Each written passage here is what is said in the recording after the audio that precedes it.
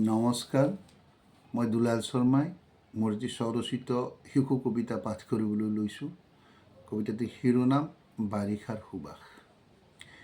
বাৰিষাৰ টিপ টিপ বৰষুণ জাকে প্ৰকৃতিৰ সতে আহি কিনো কথা পাতে।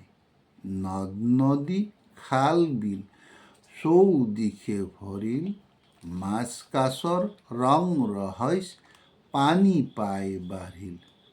চেপা চৰহা জাল জুলুকি মাছুৱৈৰ হাতত, কেঁকোৰা কুচিয়াই নাচন জুৰি ওলাই আহিল গাঁতত।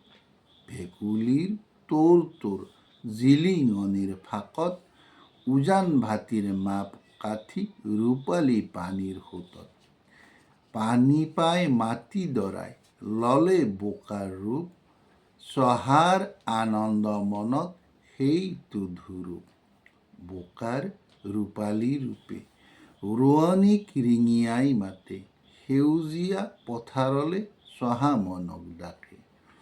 প্ৰকৃতি বাৰিষাৰ সতে প্ৰাণ ভৰি কথা পাতে, সেউজী ৰূপেৰে ভৰে মাটি।